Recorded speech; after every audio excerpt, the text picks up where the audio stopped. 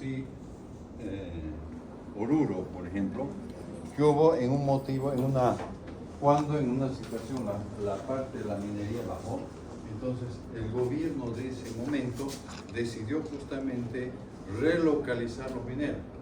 Eso no lo han visto todavía, pero se escucha. Entonces, ¿qué es lo que hicieron? Relocalizaron y enviaron a zonas tropicales.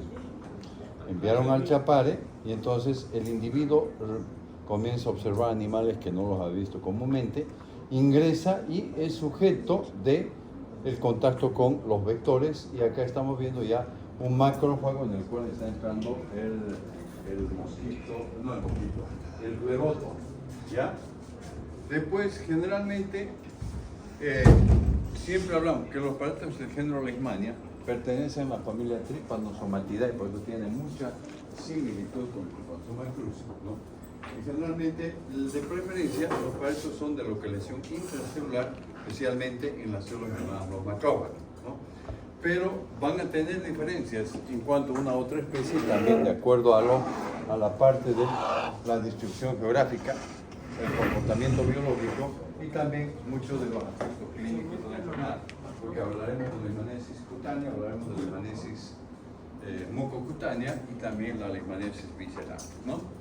Generalmente, morfológicamente veremos, creo que tengo una o dos láminas, vamos a aprovechar al mismo tiempo de ver malaria, reconocer una de las formas, ¿no? ¿Y el macrófago no se come al parásito? Lo que pasa es que se introduce el parásito dentro de los macrófagos, va utilizando a la célula y por ejemplo también hay una parte de lo que es la destrucción de las células. Al destruirse las células, al ir digamos, produciendo las lesiones del parásito, va a ir después determinando, por ejemplo, lo que son las úlceras. O sea, lógicamente hay un deterioro y muchas veces, por ejemplo, vamos a ver la forma mucosa, cómo afecta bastante toda la parte, por ejemplo, de la nariz o la parte del paladar, ¿sí? ¿Cómo hace el parásito para entrar antes que nosotros lo detecte y sepamos? Lo que pasa es que muchas veces los parásitos tienen una capacidad de poder modificar y a veces el macrófago lo engloba, pero hay algunos que van a actuar sobre los parásitos, pero hay otros que no, ¿no? Los parásitos tienen la capacidad, inclusive muy similar a lo que es el T-crucis, de poder cambiar directamente lo que es la estructura de las proteínas que tiene el parásito, con lo cual impide muchas veces ser absorbido por los macrófagos o por los histiocytos, ¿no? Entonces es mucho más agresivo. En general, por ejemplo, las formas mastigotes, que son más pequeñas, que miden 2 a 5 micras, han hablado, el grupo que ha presentado leishmaniasis debe haber hablado de eso, ¿no? Y vamos a tomar en cuenta también el caso de los vectores, se va a encontrar una forma alargada llamada comastigote, ¿no? Las especies de leishmania se agrupan en complejos. Por ejemplo, el complejo Donovani, donde hablamos de leishmania Donovani, leishmania infanto y leishmania chagassi, responsables de la leishmaniasis visceral en América, especialmente infanto. Antes se hablaba de chagassi, pero se ha identificado. Complejo trópica, ¿por qué? Comprende leishmania trópica, mayor, etiópica y quílica. ¿Por qué? Porque después, en algún momento, se menciona lo que es la leishmaniasis cutánea del Viejo Mundo, que comprenderá también la misma forma, pero que abarca la zona de Medio Oriente o la zona inclusive de algunos de los países de la parte de Arabia Saudita, etcétera, que vamos a comentar. Complejo mexicano, varias especies mexicanas amazoneses, mucho más agresivo en relación el complejo a complejo brasileño. Todas las formas, por ejemplo acá, son de acuerdo a las especies identificadas en el transcurso del tiempo, ¿no? Por ejemplo, ahora tenemos muchas veces lo que es el PCR, que permite por la secuenciación, pero en su momento se trabajaba con lo que llamaban los simodems. Ahí tenemos brasilensis, panamensis, guidanensis, y de acuerdo a los países donde se identificaban, muchas veces, por ejemplo, Laisoni y Shawi corresponde, por ejemplo, a Laison y Shaw, fueron dos investigadores que trabajaron mucho en la parte de lo que es Brasil, ¿sí? ¿A qué se refiere con que sea complejo? Es como la estructura del parásito. El complejo, o sea, porque comprende las varias especies, por eso se habla de complejo mexicano, por el Pero, complejo de por especies. ejemplo, la amazoniense que está en la Amazonas con la brasiliense no es como la misma. Son similares, claro, son similares, solo que de acuerdo a la característica de la forma parasitaria, pues se la llama la Alemania amazonensis, porque va a producir, por ejemplo, la Alemaniasis cutáneo difusa. Entonces, por esa característica que sobre todo se toma muy en cuenta, ¿no? Por la parte de proteínas, por la parte de la respuesta inmunológica, o sea, por eso se habla de lo complejo. Estamos hablando de forma, se estudia bastante, hay una serie de información o de trabajos que tenemos, ¿no? Muy bien. Después, los entes teológicos los entendemos cabalmente. Voy a ir un poco más, voy a hacer una clase más dinámica para poder abarcar, ¿no? Porque si ya tal vez en otras oportunidades voy con un poco más de detalle, ¿no? No voy a dejar de hablar con detalle, pero voy a ir conversando. Los protozoarios, muy claro para ustedes que tenemos dos formas morfológicas. Siempre hemos estudiado mucho de la morfología de los parásitos. Realmente, en el caso de los protozoarios intestinales, por ejemplo, hemos visto la forma de quistes, tiene una membrana, algunos tienen unos núcleos que se detectan, etc. En larvas que hemos visto en la tarde, detectamos cabalmente la forma de la larva que tiene una membrana, tiene la disposición de los núcleos juntos gruesos y separados, por ejemplo, con el caso del Wicheri, ¿no? En este caso son ovalados redondeados de 2 a 5 micas, van a ver un poco la imagen que tengo acá. Se colorea con giemsa, y muchas veces de un citoplasma subclaro y el núcleo grande, ¿no? El promastigote, vamos a identificarlo muchas veces en el huésped invertebrado. Cuando se utiliza la palabra invertebrado, se está refiriendo cabalmente a la estructura, por ejemplo, de lo que son los vectores. Han visto ustedes en la parte práctica lo que es los flebótomos y la luxomia, ¿verdad? Entonces han visto esa estructura y dentro se encuentra el promastigote. De todos modos, en muchos casos, en las zonas endémicas, en Bolivia se ha hecho, ¿no? En algún momento, por ejemplo, cuando se entraba a la zona de Yapacaní, entrando de la población de Yapacaní, un momento se utilizaba la vía férrea y se entraba a una población que se llama Punta Rieles. Y en Punta Rieles había un campamento y se entraba para investigar toda la parte de la imagen. Y ahí se identificaba las formas promastigotes dentro de los vectores. Se hacía una disección, ¿no? Patos alargados que miden 10 a 15 metros. Mayormente vamos a verlo en el hueso invertebrado o en algunos casos en la respuesta, por ejemplo, de lo que viene a ser en el cultivo, ¿no? Acá tenemos una imagen para mostrar algunas de los trabajos que se hicieron, por ejemplo, en lo que era las diferentes instituciones que trabajaron, el Instituto Boliviano de Biología de Altura, el Cúmetro, creando relativamente mucho más nuevo en relación al Cenetrop, ¿no? Y también lo que es INLASA, todos estos han ido estudiando INLASA, el IBBA y entonces han estudiado, por ejemplo, en la parte de los yungos, ¿no? La forma, esquemáticamente, es de lo que viene a ser la leishmania. Normalmente, cuando se coloca una lámina, estas son las formas que habitualmente van a ser observadas, ¿no? Esa es la de 2 a 5 milímetros. Exactamente, O sea, micra. la forma mastigotes, 2 a 5 micras, sí, porque milímetros es bastante grande. ¿Ya? Muy bien. Esta es la forma que habitualmente se había utilizado estas imágenes, no las he querido cambiar todavía para el año, porque vamos a ir modificando algo. Ok, silencio. Acá tienen las formas para mostrar. Y luego, acá voy a ver están las formas promastigotes. Fíjense que se identifican. O sea, tenemos que mostrar. No se pregunta la parte morfológica, muchas veces en un examen. Obviamente ustedes saben que me aboco a la patogenia, lo que es las manifestaciones clínicas, el diagnóstico. Tal vez incluyamos algo de la parte de prevención y examen final, pero está todavía en lo que veremos. La forma de transmisión muy clara, transmisión vectorial, a través de 2 especies de vectores. Los géneros Flebótomos y Luxomia, por ejemplo, ¿no? No estoy especificando las especies porque lógicamente hay bastantes especies, ¿no? insectos muy pequeños, 2 a 5 milímetros, son bien pequeñitos. Realmente ustedes han visto la preparación de la práctica. Por eso ahí viene, por ejemplo, la parte práctica, el reconocer la forma morfológicas de los artrópodos que permite tomar en cuenta cuál es el responsable después de lo que vamos a ver tipo de lesión. Las hembras mayormente son picadoras habituales porque utilizan la sangre del paciente para poder desarrollar lo que es la estructura de los huevos y desarrollar todo un espectro, por ejemplo, de desiertos y selvas tropicales. Los plebótomos se encuentran cabalmente, por ejemplo, en muchas zonas desérticas, utilizando ciertos lugares donde hay mayor plantación, por ejemplo, en lo que corresponde a, por ejemplo, los países árabes, ¿no? Arabia Saudita, Irán, Irak, etc., ¿no? Donde se puede encontrar. Ahí tenemos la imagen del insecto, que ya lo han visto, algunos han hecho Volvemos a ver la trascendencia, lo que yo decía en la parte de la población. Esto es real porque muchas veces vamos a encontrar cuando el individuo levanta una vivienda y está rodeado por el bosque. Es muy frecuente en nuestro medio, por ejemplo, el hecho de la recolección de la castaña. El individuo entra justamente que si no utiliza una camisa, etc., por la condición del calor. Y es susceptible, muchas veces tiene el tipo de vivienda muy claro y puede ser susceptible de poder tener la lesión.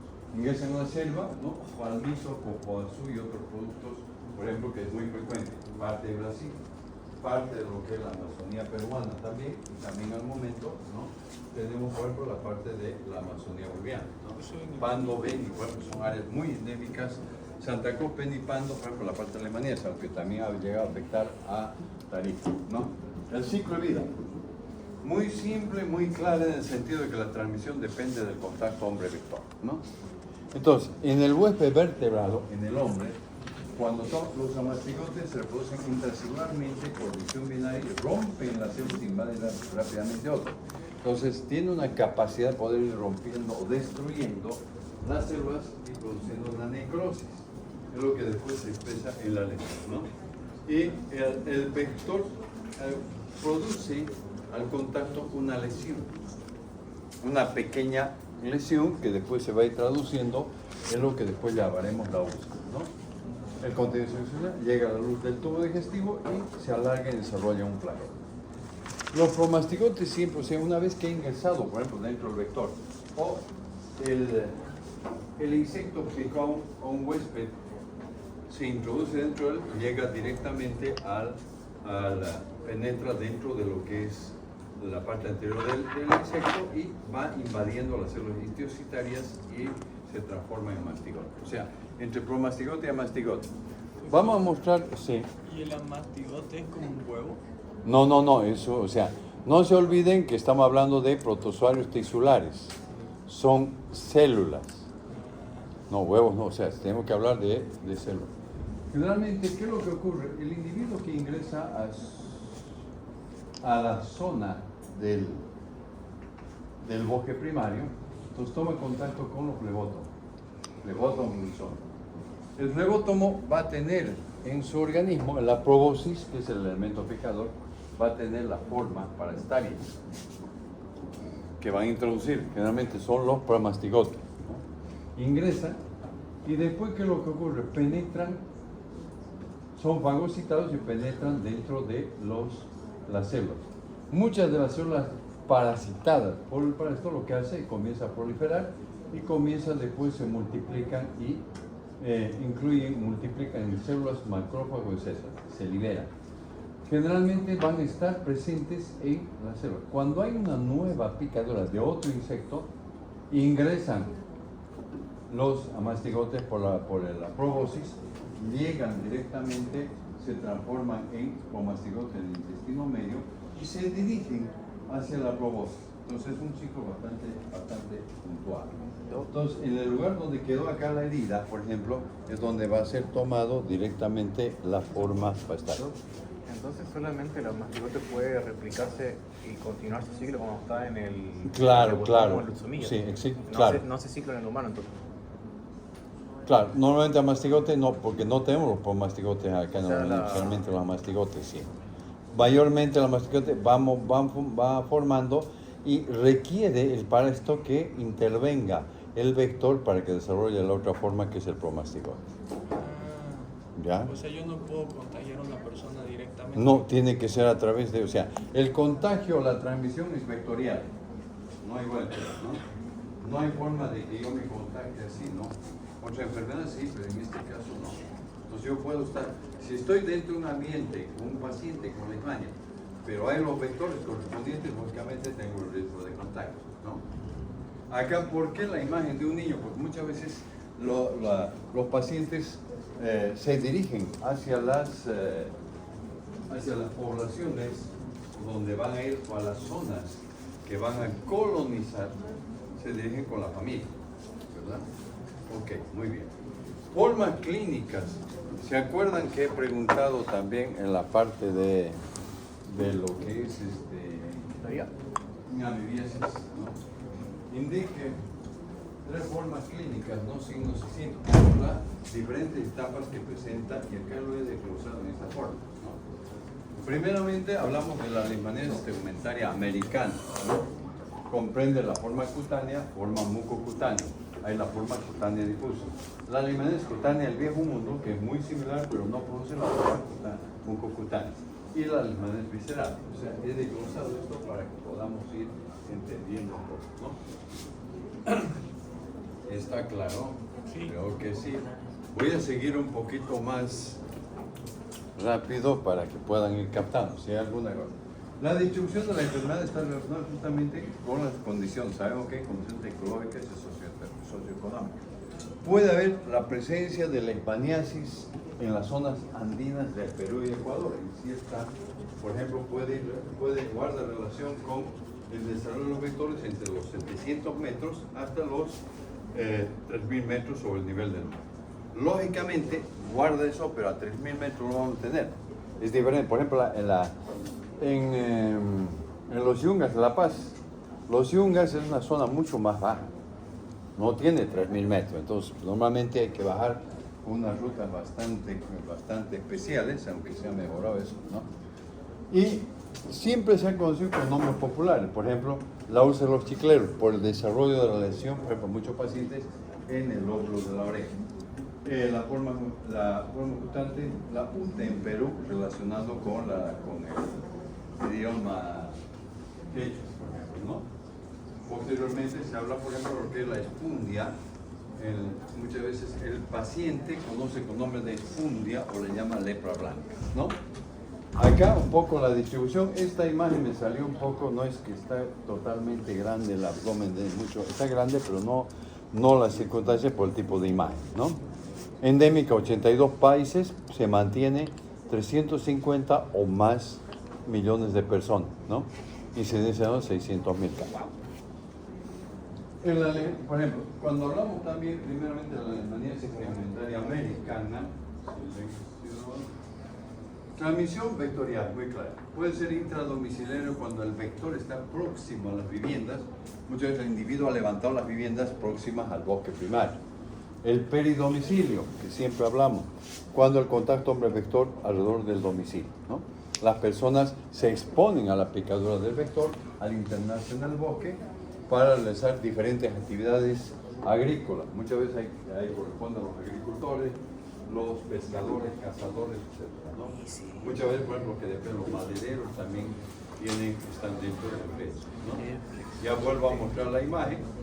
A veces las condiciones, por ejemplo, de los cambios determinan, por ejemplo, que la situación ecológica cambie y puede entrar. Esto, por ejemplo, es una imagen a nivel de, no sale bien, en la caña de azúcar en Bermejo, departamento de Tarija, donde han habido la presencia, por ejemplo, de leishmaniasis, los individuos, la vivienda, cómo se presta, entonces, y ha habido desarrollo del vector cabalmente, ¿no?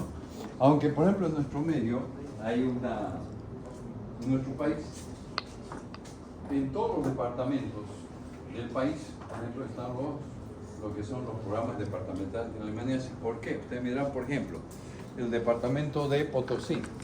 Lo que sucede es que hay mucha migración, por ejemplo, ha habido las circunstancias, por ejemplo, de que mucha gente del medio, de Santa Cruz, o que se ha infectado, ha ido a trabajar a la parte de al Potosí, sobre todo hay no sé cómo se dirá ahora, pero había, por ejemplo, el desarrollo de una de las minerías más grandes del país, la San Cristóbal, con toda una serie de equipos, entonces lógicamente iban y se trasladaban y desarrollaban la enfermedad. Entonces, si no había el equipo y la capacitación, lógicamente desarrollaban la enfermedad, entonces está establecido, ¿no? La patología. La lesión se inicia, como llama, voy a hablar en términos comunes, pero también voy a traducir lo que llaman, ¿no? En la pápula, por ejemplo, es una roncha, y comúnmente llamamos roncha. Y eso va a dar lugar a que hay una reacción en el tejido que lleva a una necrosis pequeña inicialmente, ¿no? La que salió de la imagen era la lepra blanca. Se la menciona comúnmente. Ajá. Es un término que muchas veces lo manejan, pero no es lo adecuado. No es de acuerdo a esto de la leishmaniasis tegumentaria, porque esta Claro. es necrosis. Claro, no, igualito esta va a producir, eso vamos a ver, ¿no? Por ejemplo, estamos hablando, va a producir una úlcera y después gradualmente va formando una úlcera, después corresponde a una pápula y una pústula que se llama para formar la úlcera circular.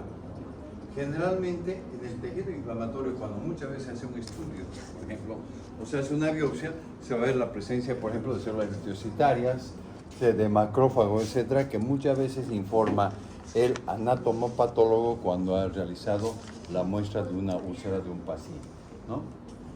Las células, por ejemplo, van cambiando, van dando lugar a una tipo granulomatosa que muchas veces informa el anatomopatólogo, células epitelioides, y en algún momento puede ocurrir, vayan escuchándome, están distraídas, no sé, a veces creo que charlan y pueden captar lo que yo estoy hablando, así como, pero yo tengo que estar ahí atento. Entonces, lo que sucede que muchas veces es que en un principio el paciente se infecta, desarrolla una úlcera cutánea. Muchas veces se administra el tratamiento, las células cierran.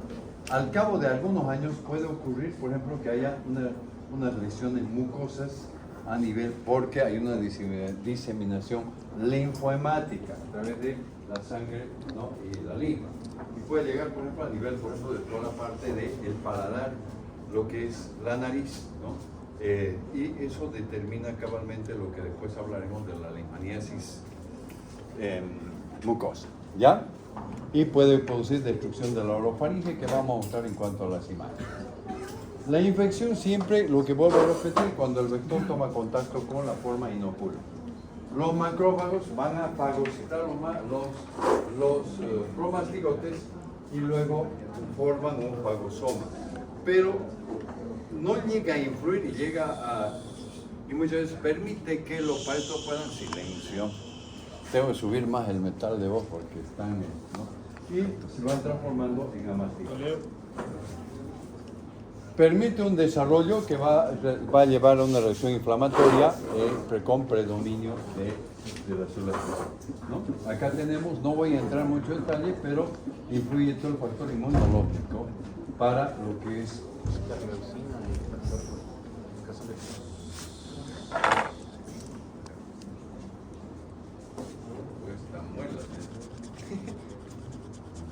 tengo que tener una paciencia de Job. Bueno, entonces acá interviene por ejemplo lo que es o sea, IL-12, IL-18 y IL-27 corresponden por ejemplo a la parte de los elementos de por ejemplo, los linfocitos T, linfocitos B, por ejemplo, que van a actuar directamente con los macrófagos para la producción de las lesiones. Acá, por ejemplo, esto es una imagen de una presentación que se hizo, que gentilmente se dieron, donde está en portugués cabalmente, donde habla la piel, los fagocitos, los neutrófilos, y se van formando diferencias, y de acuerdo a la especie, de acuerdo a la condición, también se va a presentar, por ejemplo, la forma visceral o la forma cutánea atípica. ¿Ya? Después, ya esto ya lo he mencionado, vamos a ver.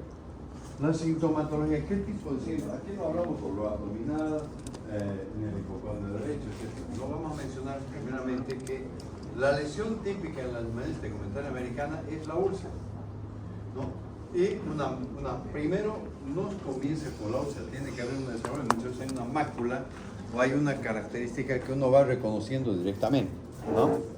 Al menos es lo que se ve, ¿no? Y se convierte en papulopústula. Eso lesiona y posteriormente se hace una úlcera. Se puede iniciar con esto. Hay más, hay muchas imágenes, pero voy a ir mostrando las principales por las condiciones. Comienzas, al cabo de un tiempo, muchas veces avanza una úlcera como si lo hubieras tomado con hubieran hecho por ejemplo un sacabocado, ¿no? Todo lo que va presentando. Muchas veces pues una úlcera pequeña y las úlceras avanzan en tamaño cuando el paciente, por ejemplo, no acude inicialmente a la consulta o utiliza tratamientos empíricos. Se parece mucho a la lepra. ¿Bien? Se parece mucho a la lepra. ¿A qué? A la lepra. No, aunque la lepra es totalmente diferente. No sé si les han mostrado imágenes. Generalmente ya no, o sea, las lesiones características que nos mostraban en las imágenes, por ejemplo, yo me acuerdo, en los años 50 o 55, por ejemplo, había una película clásica, ¿no? Donde mostraban a los leprosos con toda esa úlcera. Normalmente ahora ya muchas veces hay cierta sensibilidad en las úlceras. Las lesiones son mucho más pequeñas, hay que tener mayor ojo para poder diagnosticar e identificar, ¿no? Pero sigamos. Acá tenemos, por ejemplo, y esto es lo que yo les hablo de lo que es la úlcera de los chicleros. ¿Por qué? ¿Por qué se la llama úlcera de los chicleros? Porque en un momento el paciente, ¿qué hace? Los pacientes ingresaban a las zonas, por ejemplo, en la parte de venipando, para recolectar la goma. ¿Saben? O sea, goma, eso fue inclusive en los años anteriores, en los primeros años, por ejemplo, se recolectaba la goma, se calentaba, se hacía una especie de chicle y se exportaba fuera del país, a varios países, ¿no? Eso, por ejemplo, había uno de los grandes, digamos, que tuvo mucho desarrollo, don Nicolás Suárez, ¿no? En el Beni. Entonces, cabalmente, eso es lo que, y por eso se llama úlcera del chiclero, va relacionando al paciente, ¿no? La úlcera claramente va a ser redondeada, puede tener alguna característica y rondes bien definidos. Tenemos una úlcera, entonces justamente estamos hablando de la desmanera segmentaria americana y llegamos a la observación, ¿no? Borde levantado, sacabocado, etcétera, ¿no? Y puede ocurrir después que haya, por ejemplo, la evolución malar. Acá, por ejemplo, pongo lo que es la evolución clínica, donde se observa, por ejemplo, célula inicial muy pruriginosa. ¿Qué significa pruriginosa? Que produce presión. Obliga a la fricción y eso permite que muchas veces el paciente rasque y pueda llevar a otra parte del cuerpo, ¿no? Lo que yo les decía, que tampoco van a preguntar todo el desarrollo, lo que es la eritema, mácula, pápula, vesícula, pústula y úlcera, ¿no? Es el desarrollo que va. Hice literalmente este tema porque generalmente eso me facilita un poco ver. Las lesiones van a crecer, como ya mencioné, en extensión, la úlcera va avanzando. Si yo la diagnostico en una etapa inicial, ¿no? O se diagnostica en la etapa inicial, tenemos la opción de que esa úlcera no avance y disminuye. Pero, sin embargo, puede producir dolor en algunas cosas, ¿no? Y el tamaño de la úlcera puede ir de 2 a 3 centímetros hasta mucho más grande, ¿no? Fíjense acá, entonces aquí está produciendo la destrucción del pabellón. Fíjense esta úlcera que se ha producido, que aquí por ejemplo va a haber una lesión ulcerativa con sobreinfección bacteriana. Y la mano que está observando acá está viendo, por ejemplo, la adenopatía, ¿no? Satélite de la lesión. La lesión puede estar acá, por ejemplo, y muestra eso importante, ¿no? En este caso, lo que es la úlcera cutánea. Acá tenemos, acá observan la lesión inicial. Y acá es una recidivante, o sea, este fue el inicio y acá, fíjense el tamaño que es real. No hay que ver que estoy aumentando, esto era simplemente para hacer, por ejemplo, lo que era hacer un diagnóstico de porotricosis, ¿no? La lesión avanzada, voy a ir acelerando un poco el tiempo. El paciente toma una lesión y de repente al cabo de 5 o 6 años aparentemente desaparece la lesión, pero ¿qué es lo que ocurre?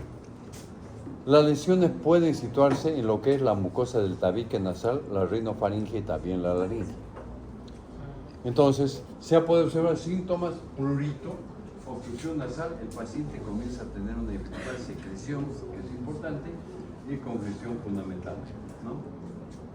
Puede ocurrir en una etapa avanzada la atrofia de la mucosa, se va atrofiando, va desarrollando, y va produciendo toda una serie de lesiones de costras especialmente, ¿no?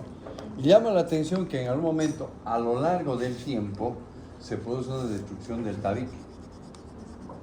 Ese tabique ya no, ¿no? Y se perfora completamente, dando resultado como deformaciones de la nariz.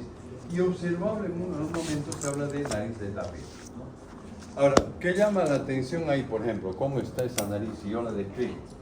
Yo como médico tendría que decir, o sea, hay un proceso inflamatorio irritativo de tipo granulomatoso, ¿verdad? Y acá, observen, por ejemplo, acá ya es, todo esto es una lesión mucosa. Puede comprometer esto y fíjense acá, en el paladar. Entonces, en el paladar está afectando y cambia totalmente, ¿no? Entonces, real, nosotros, como digo, vamos a ver muchas veces, y como necesariamente como estudiantes de medicina en el transcurso de los años, vamos a tener que ver, observar y estar en contacto con pacientes. Esta es una etapa, ¿no?, de diferente naturaleza. Después le voy a mostrar una cosa que puede ser muy sugestiva. Es la lesión. Entonces, compromete todo eso. ¿Por qué también? Porque el paciente deja avanzar mucho tiempo. Eso también. Porque, como digo, como toda enfermedad, todo diagnóstico a tiempo y detección determina que la evolución sea más favorable, ¿no? Pero muchas veces el paciente viene después de 4, 5, 6 meses, 2 años, ¿no? Acá diferentes cosas. Acá vemos otra imagen, ¿no? Y acá la diferencia, esto es una leishmaniasis cutánea, la úlcera típica. Y acá tengo una leishmaniasis mucocutánea, o cutáneo mucosa. Sí, adelante. Hay forma que huele acá.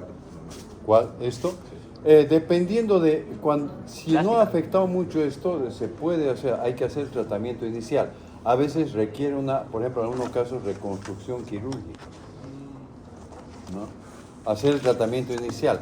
En un caso no muy avanzado, por ejemplo, un paciente cuando no ha visto, pero acá con el tratamiento de mayor tiempo, por ejemplo, se ha visto una evolución favorable. Muy bien. El diagnóstico, primeramente clínicamente, tenemos que ir diferenciando la procedencia de pacientes con úlceras provenientes, por ejemplo, de una área endémica, la parte epidemiológica, ¿no? El paciente que viene de una área endémica. El laboratorio va a permitir el diagnóstico confirmativo y un tratamiento posterior. Uno de los primeros que siempre, porque a veces resulta que en los exámenes, lo primero que el alumno piensa en el PCR. Y un paciente que tiene una área endémica, donde generalmente es un agricultor que tiene limitados recursos, muchas veces no va a poder acceder a un PCR. Pues los PCR muchas veces están... Se diagnostica por clínica. Ahorita le vamos a ver la parte clínica y también el examen patológico directo, ¿no? El cultivo es lo que vamos a hablar. Entonces, muchas veces el paciente no va a acceder, pero tenemos las opciones en nuestros medios que se pueda realizar este tipo de diagnóstico. Y acá puse yo una imagen con un momento de lo que es el material para lo que es la detección de amastigotes en muestras obtenidas. El paciente, ya con la úlcera, se aplica esto, por ejemplo, se utiliza lo que es un palito aplicador de madera. Está escrito, no me acuerdo ahorita, pero está en uno de los documentos del Boletín Científico General, donde se ve la aplicación de esto.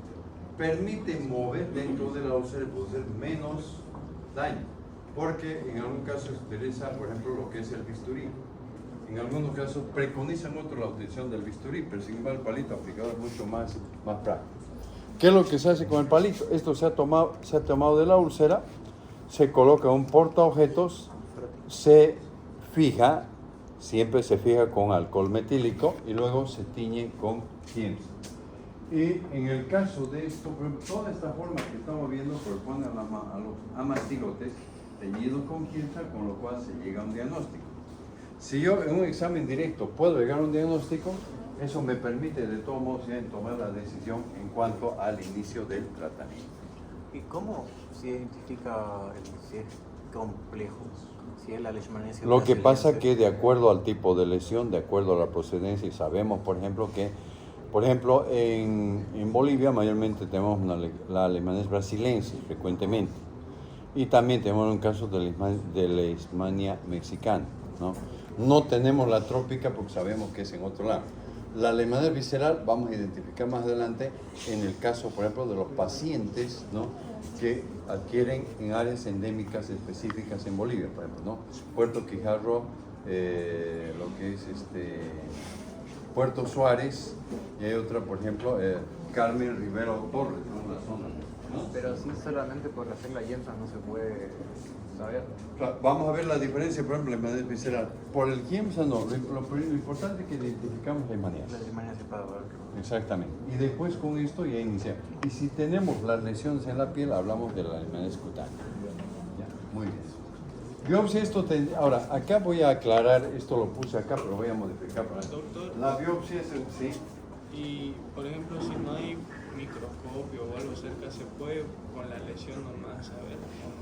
La lesión, pero siempre, o sea, les comentaré, porque de todos modos, en toda la parte del sistema de salud, por ejemplo, y hay muchas de las poblaciones, por ejemplo, las principales poblaciones, ¿no?, ya cuentan con un laboratorio, cuentan con un microscopio, cuentan con algunos colorantes, ¿no? Sin microscopio, clínicamente sí, pero hay que evidenciar bien, ¿no?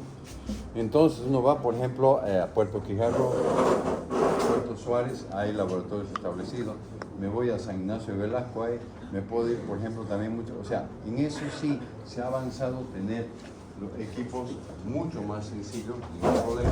Hay un colorante, hay una persona que puede tomar la muestra, hay el material, incluso, por ejemplo, el palito aplicador de madera se los puede preparar, no es mayormente mucho problema, ¿no?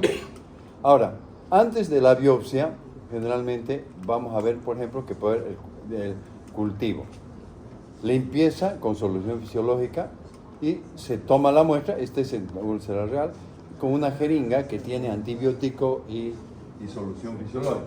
Se aspira, se introduce en los medios de cultivo, que tienen que agarrar sangre, y al cabo entre los 5 a 7 días se puede observar las formas promastigotes con movimiento, lo cual permite tener una segunda prueba para el diagnóstico, ¿no? En algunos lados, en Bolivia se ha hecho algún tiempo, pero después ha traído alguna dificultad, lo que llaman la intradermoreacción de Montenegro. Se extraen, voy a hablar simple, se extraen las proteínas, se trae, por ejemplo, de lo que es el parásito, se realiza, por ejemplo, una preparación, por ejemplo, en el laboratorio, a través, por ejemplo, de lo que es se me fue la palabra, y luego se consigue lo que llamamos comúnmente la leishmanina, se inocula por debajo de la piel una aplicación de la intradermoreacción y se realiza una lectura a partir de los 48 o 72 horas. La comprobación de la reacción no es visual, sino táctil. Se utiliza, por ejemplo, un bolígrafo y se ve el levantamiento y se mide. Si es un diámetro menor, perdón. Se usa como una solución que los parásitos son sensibles. Claro, lo que pasa es que, o sea, esta es una reacción, digamos, una respuesta a mediación celular, migración de lo que vienen a ser por ejemplo, los sinómeros, etc., inclusive lo que son los linfocitos van migrando a las zonas, ¿no? Pero esto se realiza en otra parte de la lesión. Si es mayor a 5 milímetros, efectivamente nos da una buena respuesta. Lo ideal muchas veces que tengamos 2 a 3 pruebas que faciliten el diagnóstico, ¿no? También se puede utilizar los métodos de diagnóstico indirecto, muy general, lo que es, por ejemplo, las pruebas de test de ELISA o test de inmunofluorescencia. Mayormente permite una respuesta en la leishmaniasis cutáneo-mucosa. En la leishmaniasis tegumentaria americana muchas veces podemos tener una reacción cruzada. ¿Qué significa? Que vamos a hablar enseguida, ¿no? Por ejemplo, lo que pasa, la detección de la inmunofluorescencia. Lo que sucede es que la alta sensibilidad a la leishmaniasis visceral y la leishmaniasis mucocutánea. Pero reacciones cruzadas, por ejemplo, tripanosomiasis, malaria, ketosomiasis leve. Si el paciente tiene tripanosomiasis americana, es muy frecuente que no tenga una reacción cruzada. Es verdad, entonces por eso hay que tomar en cuenta en algunos aspectos para poder ver bien ese efecto. Puede haber una coinfección que ya no voy a entrar en detalle de la coinfección, los aspectos, por ejemplo, la parte de la manera visceral, porque es un poquito más amplio, ¿no? Pero hasta aquí, ¿se está entendiendo hasta aquí? Sí. Es decir, no, yo pensaba acabar todo el tema, pero creo que voy a tener que tener la clase del día viernes, ¿no? Después, por último, lo que siempre digamos el PCR, pero va a depender mucho del PCR, por ejemplo, de lo que se realiza en un momento, lo que viene a ser, por ejemplo, programas, o que haya participación, por ejemplo, de programas de investigación para poder realizar y pueden perfectamente identificarse, ¿no? Estoy hablando en este caso de lo que es un termociclador de una PCR en tiempo real, porque anteriormente se realizaba lo que es, se habla ahora ya del PCR convencional. Antes no se hablaba mucho, pero convencional, ¿qué significa? Significa, lógicamente, que se hacía por electroforesis, algo un poco diferente. Se ha desarrollado también el enzimo inmunoensayo, el ELISA, que lo conocemos, ¿no? Directamente. A ver, tenemos una lesionez cutánea y mucocutánea, ¿qué hacer? ¿Cómo vamos a tratar? Y generalmente hay tratamientos sistémicos y uno de los primeros que se utiliza justamente lo que debe ser el antimonial pentavalente, lo que debe ser, por ejemplo, el antimoniato de hemoglobina o glucantina. La palabra que mayormente la van a manejar o la van a grabar es glucantina, ¿no? Que se utiliza por vía parenteral. Hay otro, es el estivogluconato de sodio, pentostan. Ha habido una mayor experiencia en el país, por ejemplo, en el uso en el norte, en los yungas, ¿no? Había muchos equipos que han trabajado bastante bien. Se ha empleado también miltefosina, que a partir del año 1998 se comenzó a utilizar y se combina en las formas cutáneas también. Previamente a un paciente para hacer un tratamiento en Alemania tiene que haber una evaluación clínica, medir perfil hepático, perfil renal, ¿no? Las transaminasas y también la parte cardíaca, porque el glucantime, por ejemplo, es muy cardiotóxico. La condición, aunque ustedes no van a poner dosis, pero sin embargo, se utiliza, por ejemplo, ventosa intravenosa o intramuscular. Generalmente 10 a 20 miligramos kilogramo peso. Implica, por ejemplo, una dosis diaria durante 20 días. Y va manejado de acuerdo.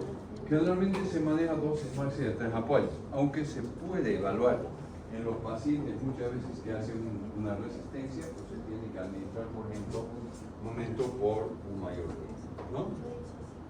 Antimoniales relacionales. Esto se ha desarrollado bastante también, ¿eh? Lo que es el tratamiento intralesional con glucantime, cuando la lesión es mucho más pequeña, ¿no? Entonces, esos son 5 inyecciones que está desarrollando. Requiere ensayos aleatorios en diferentes áreas, ¿no? Se ha aplicado en nuestro medio, aplicamos en el Hospital Dermatológico Jorchito, en Centro, se ha aplicado también muchas veces lo que es el glucantime intralesional. La forma cutánea, vamos avanzando, muchas veces hay una curación y una respuesta favorable, ningún problema. ¿Qué hacer frente al tratamiento de las lesiones? Hay que evaluar el compromiso de la lesión y hay que iniciar un tratamiento. Acá, por ejemplo, el glucantime sin dosis tope, ¿qué significa? Significa que yo no voy a dar por 20 días, puedo dar por 30 días. Puedo subir la dosis. No. Lo ideal, vía endovenosa, ¿no? Por 30 días. Y se utiliza un medicamento que es la pentoxifilina. ¿Qué es la pentoxifilina? Es un compuesto que favorece la circulación sanguínea. No estaba catalogado para la parte de la maniasis, pero el tratamiento trastorno de la circulación periférica, por el paciente de arteriosclerosis, pacientes que tienen unas úlceras, por ejemplo, cuyo fondo es la diabetes, ¿no? Eso permite una buena acción, entonces complementa el tratamiento de lo que es el glucantime, ¿no? En algún caso, cuando ya es mucho más serio y a veces no responde al glucantime, se tiene que utilizar, por ejemplo, lo que es la guatericina B liposomal, ¿no? 0 a 7 con control de laboratorio combinado con pentoxifilina, ¿no? Y acá yo estoy mencionando, utilizando la guía una guía anterior, hay una guía última que es bastante amplia, ¿no? Miltefosine, ¿no? 2.5 miligramos, pentamidina, pentoxifilina, O sea, se va haciendo la combinación de medicamentos para mejorar, sobre todo en las formas mucocutáneas o cutáneo-mucosas que afectan a la piel. ¿Ya? Termoterapia, la aplicación, y con esto voy, termoterapia, aplicación de calor local, que ha respondido muchas veces en la lesión cutánea, ¿no? Voy a quedar acá, porque podría seguir hasta las 6. Creo que hemos